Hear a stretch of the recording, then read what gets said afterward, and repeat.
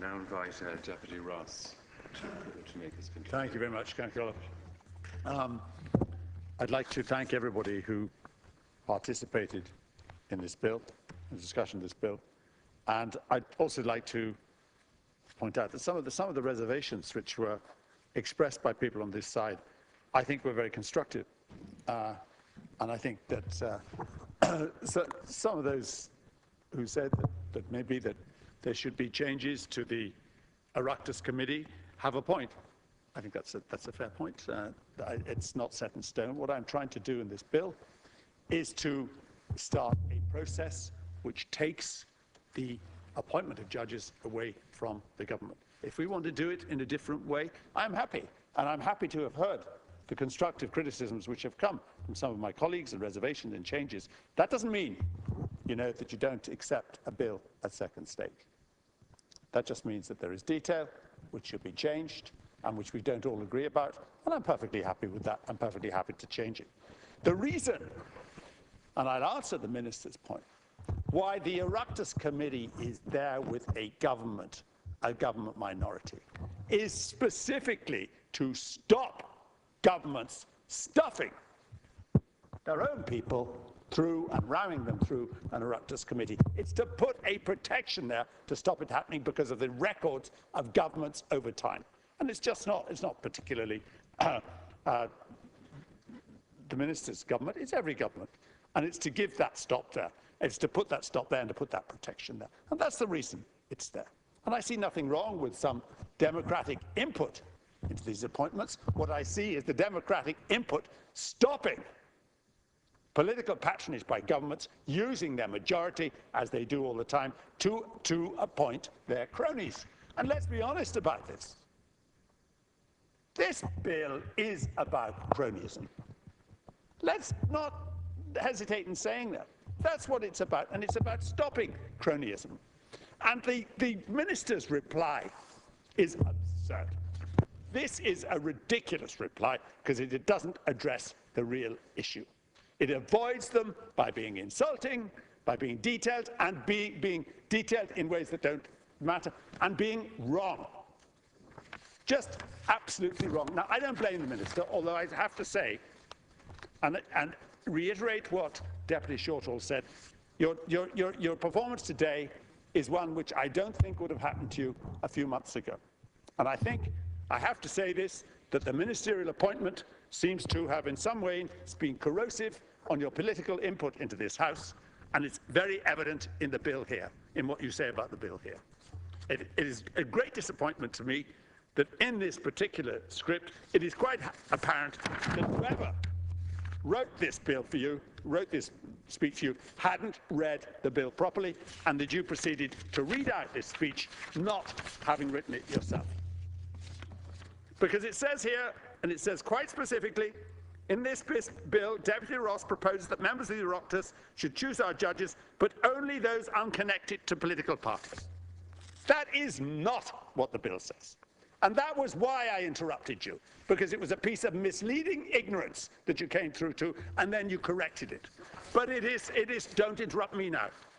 It is now, you did, and then you corrected it. And that is emphasized as well by what is said in paragraph 2. It says, no, it's in paragraph 1, I think, where it says that the independent benches appear to think that they are the only people capable of choosing the judges.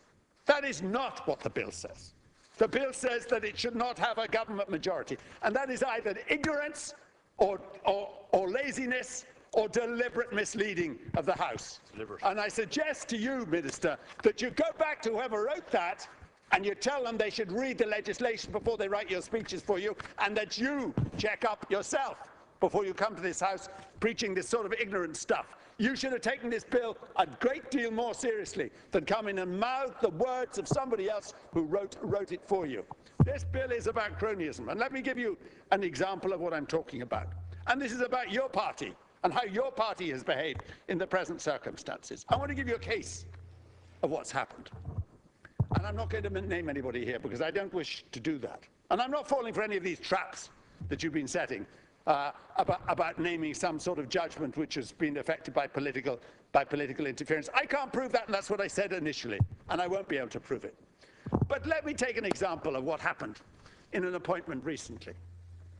There was an appointment to the district court in 2011 of a person who may be very, very good, and I suspect is very, very good. But he happened to be a trustee of the Fine Gael party. He happened to be a running mate of the Taoiseach 4 times in elections. He happened to have been a senator as well under Garret Fitzgerald.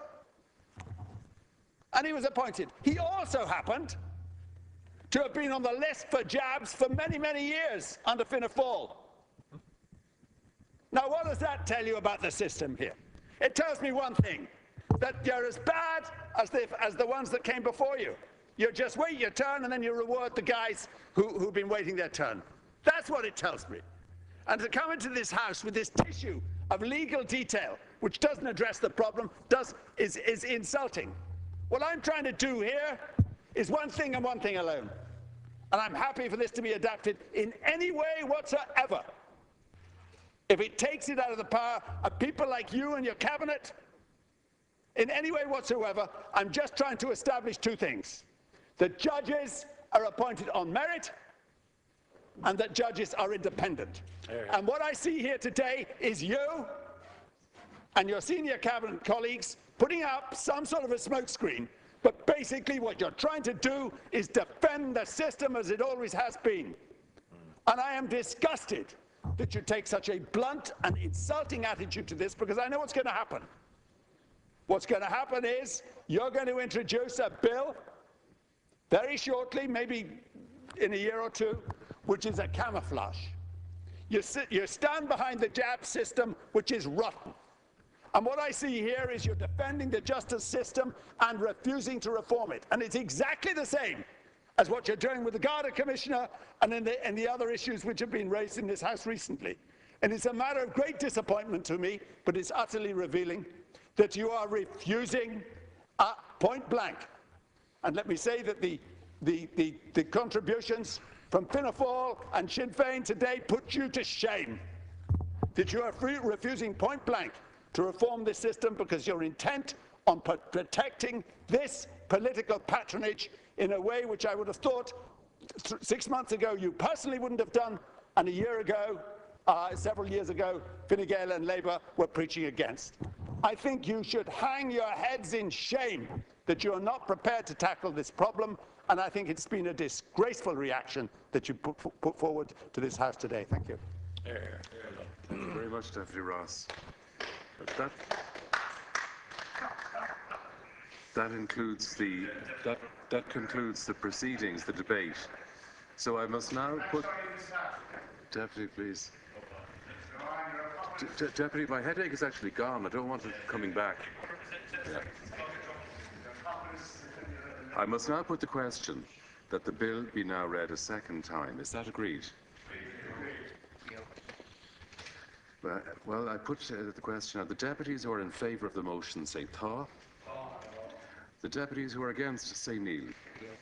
In my opinion, the question is...